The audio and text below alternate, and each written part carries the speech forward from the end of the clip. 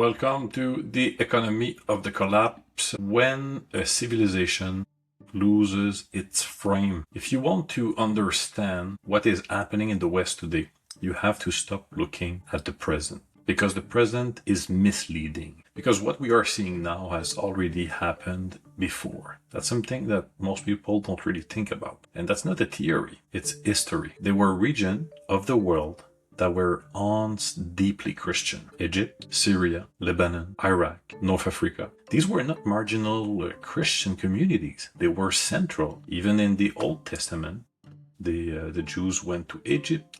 In the New Testament, Joseph went to Egypt with his son Jesus. And these were central communities, dominant communities, structured around a Christian worldview for centuries.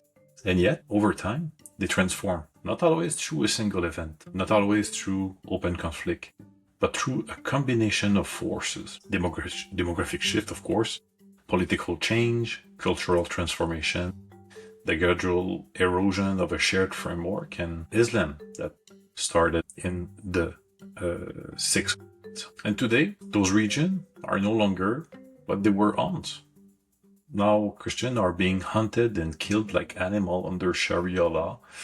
500,000 killed only in Nigeria last year. Now, this is where most people make a mistake. They think it's just something that's very, very far away. I mean, in Nigeria, most people don't really care, right? They look at the present and say, this could never happen here. But history doesn't operate on emotion. It operates on structure. And the structure is always the same. A civilization is not held together by geography, by law, or by a government. It is held together by an imagined society sharing values and beliefs that is by its nature a numbers game.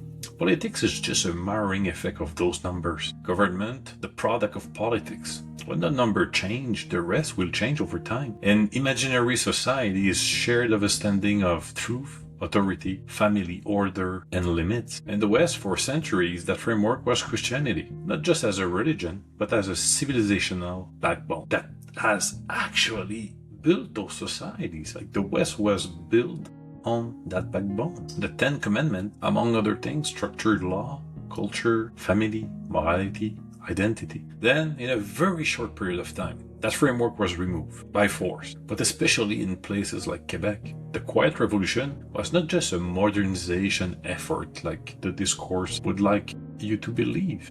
It was a deconstruction of a society. The church was removed from public life. Moral authority has shifted to the government. The individual replaced the collective. Feminism became the strongest in the West. And something else happened at the same time, and it's not a coincidence. Fertility collapsed from nearly 4 children per woman in 1960 to approximately 1.3 today if we include recent migrants.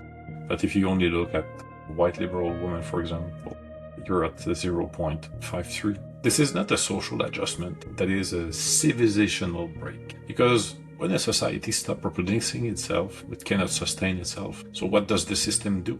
It compensates through immigration. Canada had over 1.2 million people in a single year. Think about that. It's about 3% of its own population. Not as an ideological choice, as a structural necessity for the economy.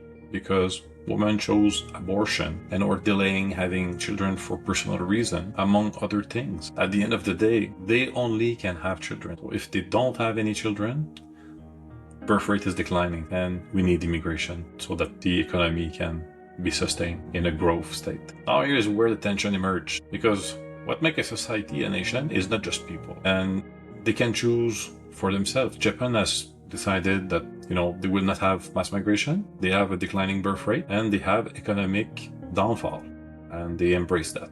They know it's part of it. It's a choice. But a society is not just people, it's a moral framework. Japanese have their own. Other country went and decided to have mass migration. And all of that creates different way of understanding, of course, authority, religion, gender law, and social order. And when a society has a strong framework, then if they choose to have mass migration, they can integrate them. But when that framework is weak, integration becomes much harder exponentially. And what you begin to see is not immediate conflict, but increased friction, debates, tension, line being drawn in the sand, virtue signaling, symbolic violence, and you see government reacting. Of course, they're gonna do what they can do. They're gonna pass laws. They're gonna restrict certain practices, trying to maintain order for the time being. But here is the key insight. They are managing the symptom of mass migration, which is necessary because of the low birth rate level. End of the story. But no one is addressing the cause. A society that has removed its own framework and replaced it with something weaker will inevitably struggle to maintain coherence when new framework enter. The Quiet Revolution has opened the gate to the dechristianization of society, which led to an ungodly worldview of marital relation, hence causing denatality.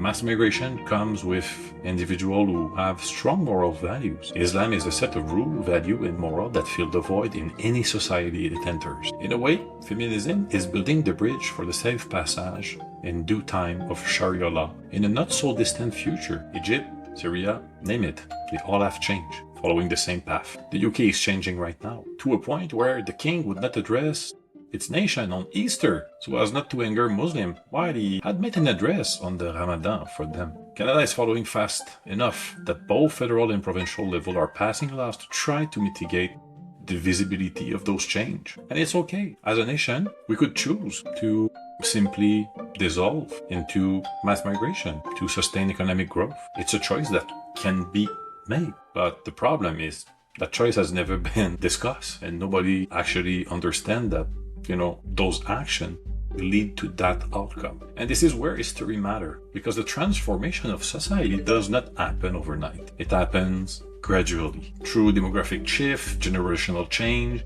and the slow rebalancing of norms. So slow, like the frog in the warming water that doesn't really notice it until it starts to boil. At first, nothing seems dramatic. It's just reasonable accommodation, right?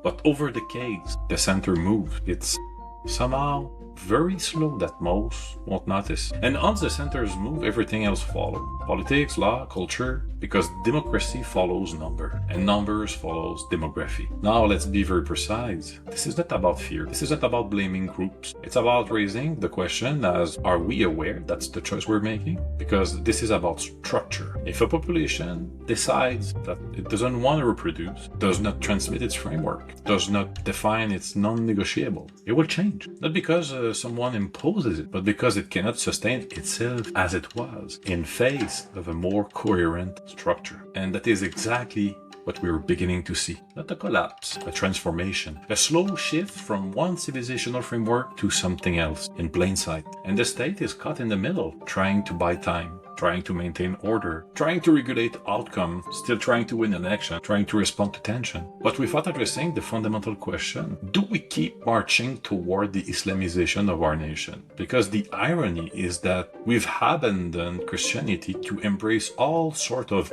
ism, but by doing so, the door is now wide open for Sharia law to take roots. And it's not extravagant, it's happening everywhere. Because without a clear answer, there is no stability. Only firefighting through little laws and discourse, trying to silence any type of dissent as being hateful. But raising question about choices as a society, as a nation, is not hateful. And that is the stage we are entering. From a society that knew what it was for such a long time, to build everything that we've built to a society that is no longer certain. And for the Francophone of Quebec, it's even worse. It's the disparition of the French in North America over the next 100 years that is on the table. And the final question becomes unavoidable.